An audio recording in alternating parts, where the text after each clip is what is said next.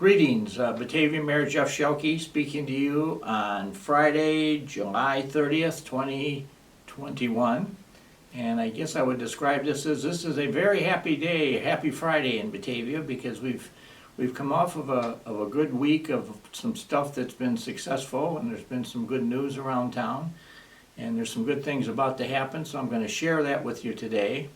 I guess I would like to start about we're getting questions from folks about masks, because with the upturn in the epidemic that's going on, there's a lot of people that are citing other cities and other areas of the country that are having to take extreme steps of asking people to mask up and whatever.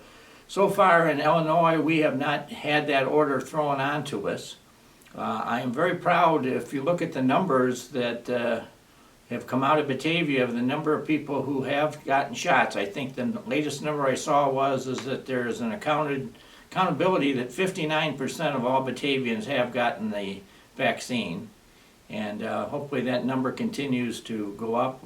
The Sam's Club's location is still open under the county's leadership to give shots on specific days of the week, and so if you're interested, certainly look on the computer or go out and read the door, and I'm sure you can figure out what would be a convenient time for you to go there. I don't think this is anything we need to take, I should say we should take, this is something we should take seriously, because needless to say, this has had an impact on a lot of lives throughout the United States. I heard this week of a former Batavian who lost their life from corona. And so there are touches of it that have reached into this community, and it's something that we all should be very, very aware of and take precautions about. But hopefully we can keep ourselves in a situation where we aren't masking. I know the school board's having discussions about what policies they want to impose. And I have to repeatedly tell people that the city government in Batavia and every other city in the state of Illinois has no control over the school board. They are their own independent government, and the only place that the government has the school board is under the city, is in the city of Chicago, and that's where a lot of publicity comes from for that idea. So we continuously, myself and every other suburban mayor, will tell you the story that people do call and want to talk to us about things in the school system and think that we have some kind of power, which we don't. So that's one of the things I certainly continuously stress, because that is a misunderstanding that's perpetuated by specifically the Chicago TV media, who shows this being handled different ways in the city of Chicago.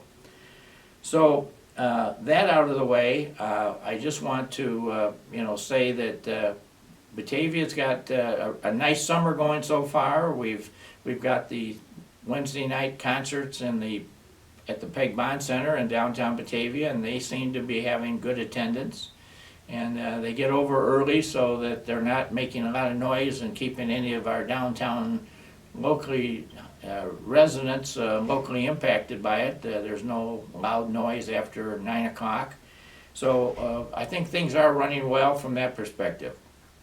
The big events there are coming up in Batavia, and I've been asked to talk about them a little bit so that we can get them some publicity. The one that will have a pretty dramatic impact on the community of Batavia will be the erection of the Dr. Sagrand Flag Day Monument in downtown Batavia, which is going to be right to the, I'll call it to the east of the Peg Bond Center, and across the driveway from the City Hall. There's a chunk of grass there that's near where the statue is, that was donated by the Swanson family of the Kids Holding Hands. And this monument will be built at that location, and it's going to pay tribute to Dr. Sagrand, who was a Batavia resident at the time that American Flag Day was officially proclaimed for the first time by President Woodrow Wilson. And so they've got a beautiful monument, professionally designed by an architect, and we are going to be, I think, very, very proud to have this in our town when it all comes together. So they're going to have a benefit to help raise money for what they're calling Flags and Flannel, and that is going to be on Friday, August 13th from 6 to 11, and it's going to be over on Water Street between Wilson and First Street, And it's going to be an evening of gourmet foods, beer tasting, and live music. And it's going to help raise funds for the monument. And tickets for it are $100, and it includes a steak or fish dinner. And there's going to be 7 local breweries are going to be there offering up their fares to let you taste how they are. So it could be quite an evening of friendships and community building. So if you're of a mind and want to support a good cause, I would encourage you to go to that one. Tomorrow night on, I guess it would be July 31st, the Batavia Main Street organization is going to have their annual fundraiser, which they call Cocktails in the Park. And that's price for that is $40 per person at the door. But it's going to be held on the open ground here immediately to the east of the City Government Center along the Fox River. And it's a very pretty setting, and it's very well maintained, and that's going to have various restaurants are going to be offering their fare, and you will have the opportunity to, if some groups want to come, they will sell you a picnic table reservation, which will include 6 tickets, and you'll get all this food, and that ticket is $350. And you have to appreciate most of this money is going to help a very good organization, which is Batavia Main Street, and their good efforts. So that one is tomorrow, and I encourage people who are interested to do that. And then coming up at the end of this month is the Windmill City Festival, which will be Friday, August 27th through Sunday the 29th. And that's going to be, again, I guess most of it's going to be around the Peg Bond Center, and there probably will be some of it spilling out into the town. And they're going to have different things. The Comedy Vault stage will be set up at 14 East Wilson Street parking lot, and it'll be for people 21 years and older, and there'll be a $5 daily cover charge on that location. That's brand new for this year. And at the Riverwalk stage at the Peg Bond Center, overlooking the picturesque Depot Pond, there's going to be 18 bands on 2 stages over the period of time. So it should be quite a bit of activity. And there'll be many family activities returning, such as the popular Fire Hose Challenge, the Golf Challenge, the Pet Competition, and Craft and Vintage Markets. And the cute pooches and other lovable pets will compete for prizes, and so we'll have for including such things as best trick, highest jump, best costume, and the most unusual award. Bring your pet and have them participate. And more information about this is available on the website at windmillcityfest.com. And I encourage you to take a look at that.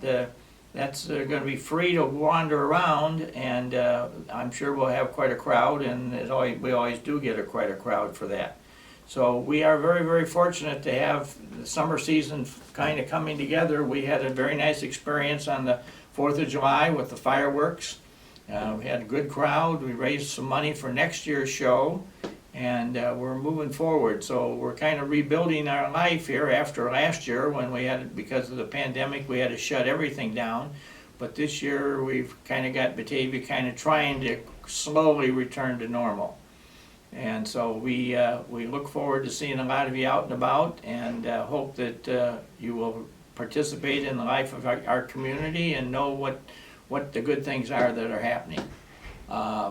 We continuously have big crowds at the farmers market on Saturday morning on North River Street, and obviously that spills over into the boardwalk shops, and I'm totally amazed by the number of out-of-town people who are coming to Batavia now to see the boardwalk shops specifically. And more interestingly, I'm getting calls from other mayors and people from several different states that want to come to Batavia and look at that situation.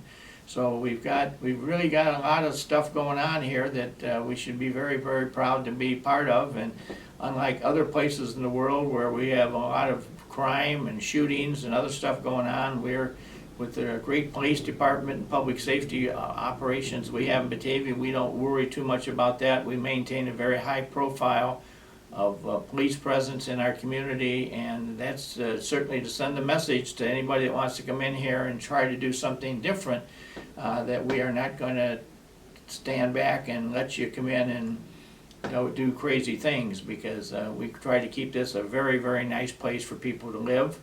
And the fact that we now have 6 senior living communities, either built and occupied or some still under construction, we are very proud of the fact that Batavia is regarded as a good place for people to live.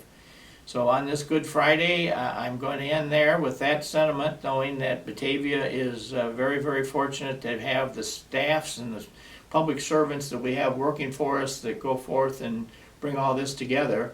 And we are creating, I think, for a lot of people, a lot of nice memories about what life in Batavia truly is all about.